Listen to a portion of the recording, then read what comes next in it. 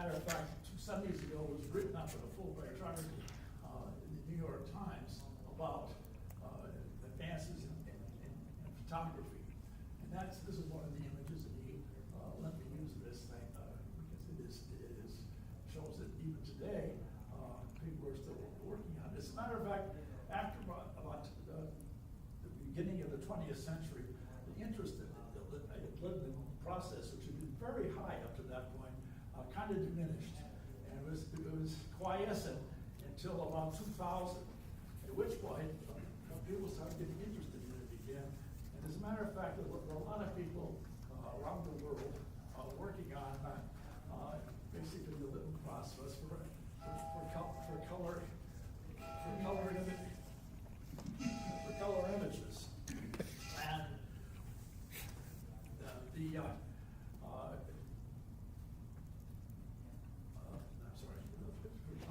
for making color images. But the problem with this is the Lippmann process, you get one image. You can't print it. If you want another image, you have to do it over again. And since it's not reproducible, it never became commercialized. We use that as an advantage, the fact that it cannot be reproduced. So anyway, how does the Lippmann process work?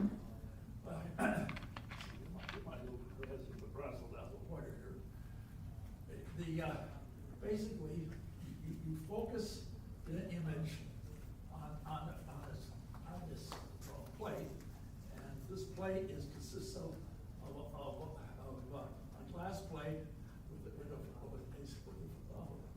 so-called Lippmann emulsion on it, and mercury behind it for reflection. Now, it was necessary for the reflection to be, why we use mercury is because it needs to make an intimate contact with the emulsion. If you had any air in there, you'd have an additional pair of index of refractive surfaces, which would distort the light. Unfortunately, mercury is not a particularly wonderful thing to use.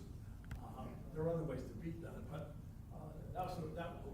what he used then, because he was unable to attach a thin film of metal to the back of the emulsion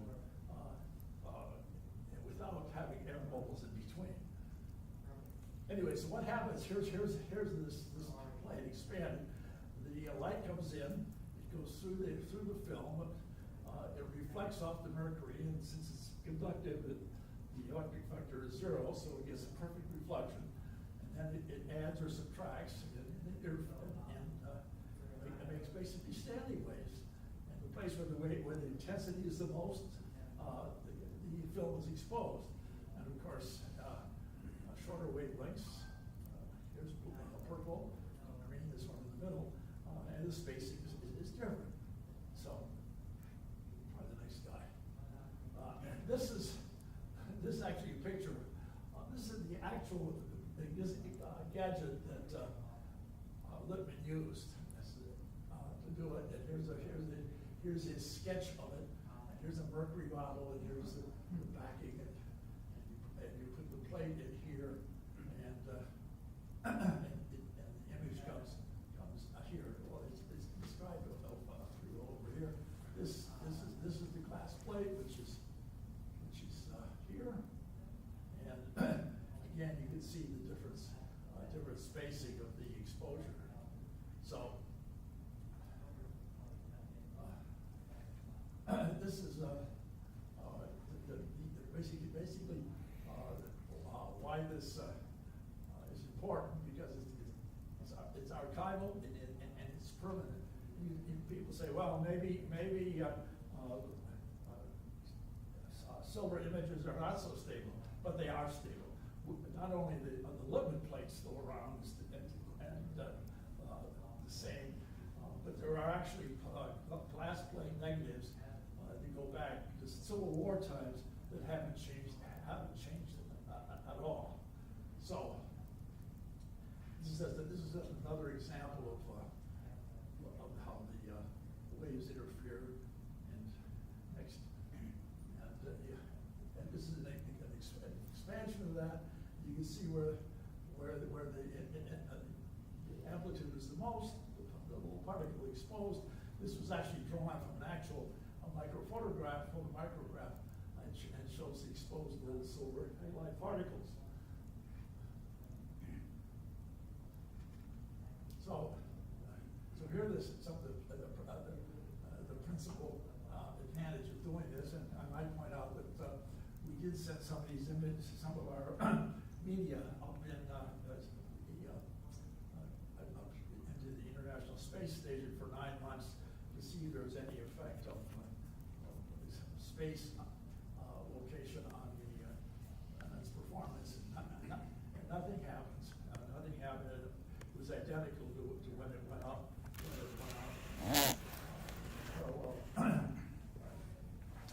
Material that was kept on the ground. I'm gonna turn my phone off. It is. It's on silent. It's not on. Oh, it's connected to your. Anyway, so how do we actually store data? Well, think of a QR code with a bunch of little squares. But each one of those squares in this case is basically an LCD window. That is, you say you could open any one of the little windows anytime you want. We're able to store at least up to 4 different colors in any given pixel. A pixel being that area on the that area on the sorry, the emulsion that is exposed. So you put four colors on there, and we can have them 10 nanometers apart. That's basically the width of a monochromatic LED, and then we can get 30 to 32 different colors and on the palette. So it's a palette of 32 different colors, and we can select any 4 of those and record them on the emulsion. If you do that, you end up with assuming this particular example says is basically the size of a 35 millimeter slide, 1.5 square inches, and doing that, we can get basically 221 gigabits per square inch. But the more interesting number, I think, is this number here. That's how many discrete sets of colors we can get in each location. So that means that the base of this is not limited to binary, and that the world is basically a binary world. It could be 10, but think of this as being a number of Japanese characters, for example. You could put 41,000 Japanese characters on one location. That would be pretty interesting to people recording that sort of data. So anyway, here are the 32 different colors, and we can take any 4 of these, and we can record them. And now the next slide will tell a little bit about why this is important in terms of lifetime. CDs are about, because they're aluminum, and they basically get attacked by water after a period of time, and good for 3 to 5 years. Digital tapes are really longer than that, more like 10 years. Hard drives are basically less, about 5 years. So-called VCR amateur tapes are 20 years, but gold instead of aluminum lasts 20 years. Iso-dye prints, 200 years. That's all paper. Dye transfer prints for 500 years, and our stuff lasts 500 years. So long life. We could really afford long life. Now, one of the interesting things about this, we've been talking to people who are doing storage, and particularly the Shoah Institute at the University of Southern California, which maintains all of the data for the Holocaust. He replaces his disk drives every 3 years. He's got rooms full of disk drives. So, and he has a triple backup, and in 2 other places he has 3 different locations, and he's in each one. He's recording all of the data, and replaces on the average a disk drive every 3 years. He also has tape, and he finds he has to replace that about once every 10 years. Well, it's an enormous cost to do that, and he really, in case of a big emergency, it probably he might lose the whole thing. Anyway, so here are the characteristics for a true archival storage system. And I'm not going to read these, but these are what make archival storage systems real. If you meet these characteristics, you've got a real winner. This data here sort of goes on to what I said a minute ago. This is data that was provided by EPFL, which is the École Polytechnique Fédérale Lausanne, which is kind of the MIT of Switzerland, and they're working in this area. And I took this out of one of their presentations. Project Silica is a project of Microsoft, in which they poke little holes into silica using a femtosecond laser. The problem with that is it's pretty slow, but once you get it in there, it'll last. So, and this is Dr. Bertelli over here, who's dean of this department, and this is his number. This is a number that is probably 1,000 times more than we can do right now. But he has figured out a way to sort of phase encode the signals in addition to the recording them directly. So if you think of it, the way that the television is sent, where you send streaming, where you have to when you phase encode part of the signal. Okay. So how does this thing really work? Well, here's how we make this. We have here a bunch of diodes. Each one is a monochromatic light source. And where we're showing a dozen around here, you could have up to 32. This is a diffuser layer. It's exactly the same material that's used in your cell phone. And it basically, you notice your cell phone is very uniformly illuminated, but it's all lit from the edge. So any one of these lights goes on, diodes goes on, you get uniform light at the interface in here. The next little piece in here is a beam director. That is to say, it causes the light to come out parallel to the surface. Because you want the light, in order to make this work, has to be parallel to the surface. The next is the pixel selection layer. This is basically an LCD, which could be individually activated by the computer. And behind that is the emulsion layer, the sensor layer. So this control electronics here that takes the input data, tells what light bulbs, what LEDs to turn on, which little windows to open, what little shades to open on the pixel selection layer, and then that actually opens the windows first, and then it exposes.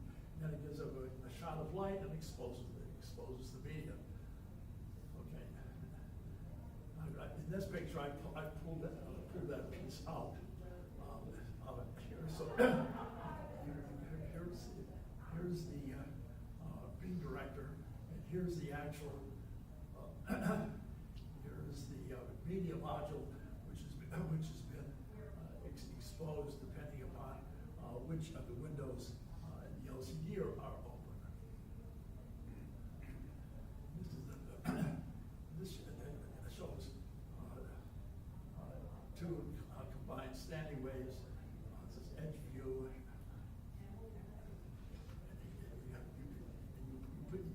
you expose them sequentially. So first thing you would do is expose the green one, then you turn that off, leave the shade open if you wanted this one to be brown, expose this one. And same thing over here. These are for 2. Now you can have 1, 2, 3, or 4. So you have depending upon how complicated, how dense you wanted to make the recording, you might have to fire actually 32 of the LEDs if you're 41,000 records in one location. So this is how we record it, and this is just the flow diagram for recording it.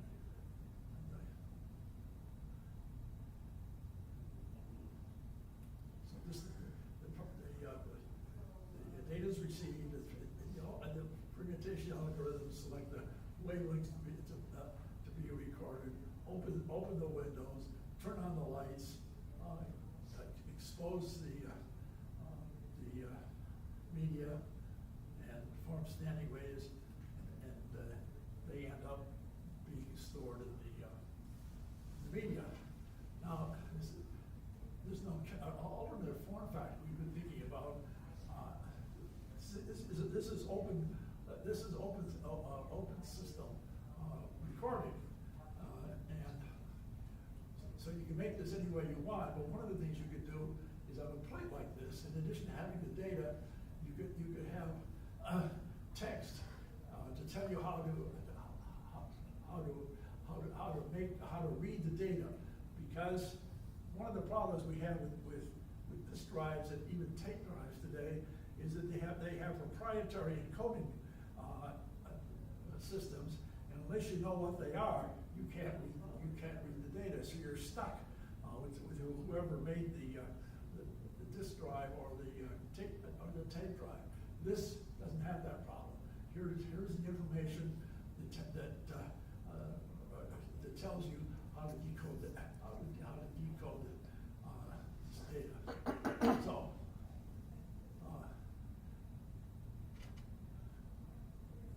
This is the for reading the data, which is just shining a light through it. Now you take the media out now, and you shine the light through it, and you open up all the little shades so that LCD is no longer relevant. You shine light through it, and you read it with a matching set of CCDs. A matching set means they are identical to the little window shades in the LCD, and you shine the light through it, one color at a time. In places where it had been recorded in that color, you'll have a diminution of the output intensity, which you can easily read. And this is like a notch filter, or in the optical world, it's called a Rugate filter. Basically, it takes out a single frequency, lets everything else go by.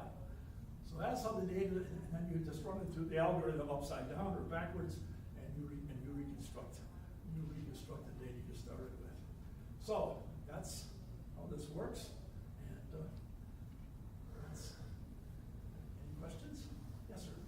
It seems to be that the pixels for the LCD shutters have to be the same size as the size you're recording. Yeah. So doesn't that limit the density per inch?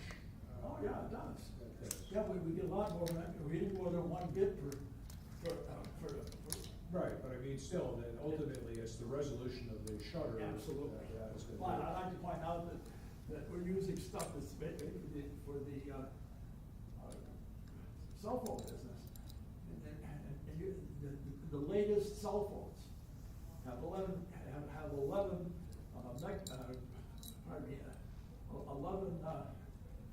megabits per On the display. in a little. Yeah, but that doesn't correlate to the term hundreds of terabytes per square inch. No, This is not a high density recorder, this is for a specific application. For a specific application. When you. Yeah. Well, then the other question is, could you use a lens and focusing system that would essentially go down and take this large shutter array of LCD things and focus it on a very tiny fraction? I think you have a lot of trouble with the optics. And we want to get rid of optics here. I see. There's too much, there's too much. There's dispersion and there's diffraction issues, all sorts of things. No, we tried some of that and it's. Didn't work. Okay, because first of all, you're focusing lights at various colors. And that's where by definition, you've got a lot of diffraction issues. Yes, sir. When I get to your persuasion, Clark, and so going back to this sunspots, when I look up data loss insurance, it's for people stealing your data. And then if I look up EMP bomb, which you should be familiar with, wouldn't you think that the way the mindset is now, being persuasive to these people, an EMP bomb is more likely than Yeah, I a think solar event? it's the same thing.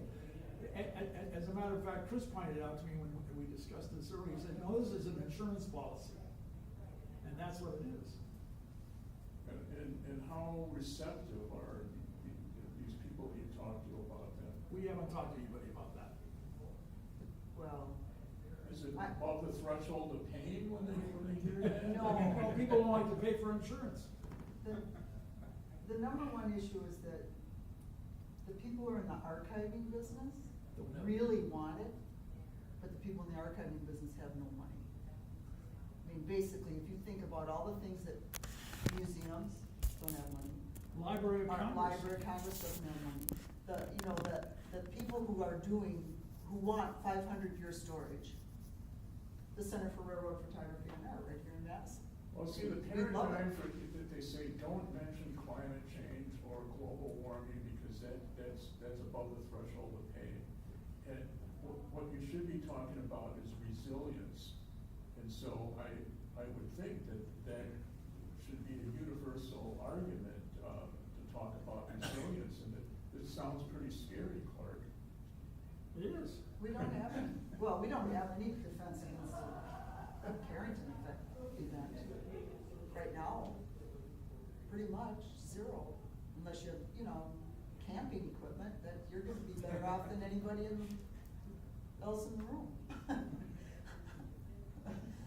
Clark, you said that the CCDs used for playback have to be identical to the ones used for recording? Yeah. Identical No, to what was identical to the wavelength, or? They have to be identical to the LCDs, so that each LCD shade or window shade, I'd like to call it, lines up exactly with the CCD. Okay, so physical dimension, Yes, position. yes, exactly. I have a question about the process.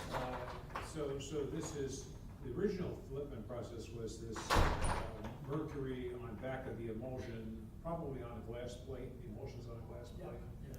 And then you developed it, and in order to see it, you have to put the mercury back in. No. Oh, you don't? You shine light through it. Oh, you shine light through it. Oh, okay. I thought you still had to have the reflection to No. get the interference. That's just get the standing waves.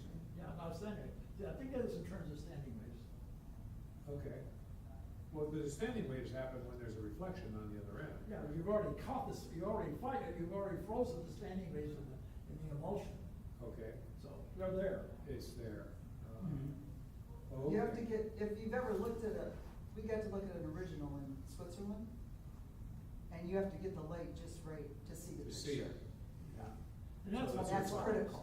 It's Yeah. critical to So look it's at. similar in a sense to holograms then, right, in a sense? It's very similar to holograms.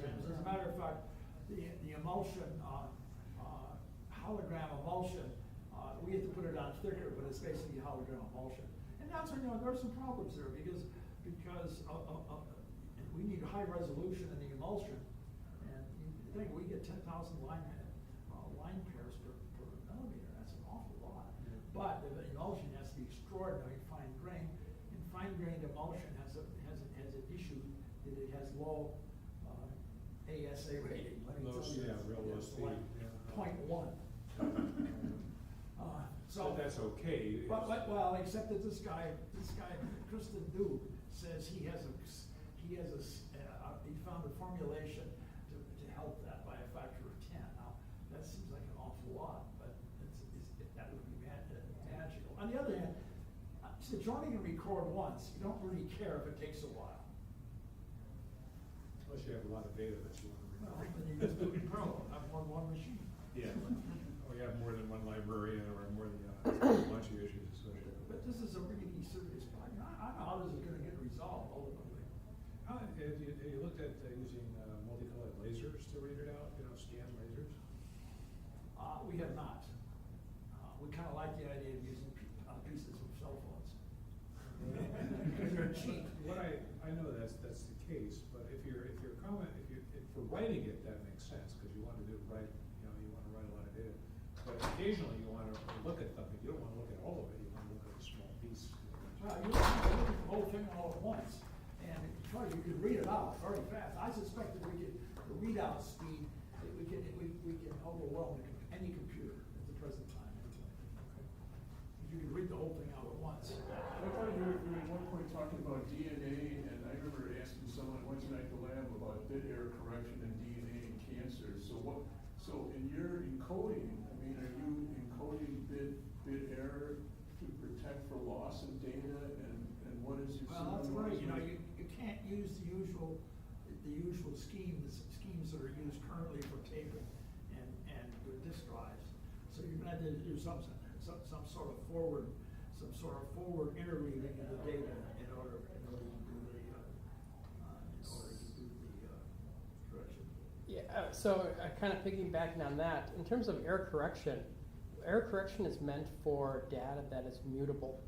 Once this data gets written, it's immutable. So you don't need to worry about the error correction once it's there.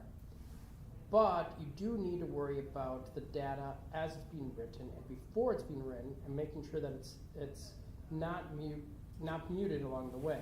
So that ECC would happen at the higher level buffering stage, as opposed to writing it to the actual media itself.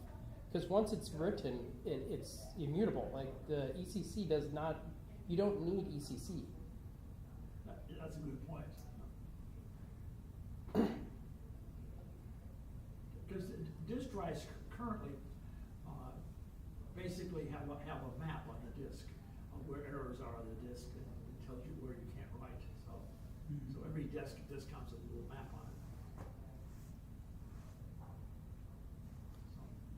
I'm also intrigued about this concept of having to align things very precisely.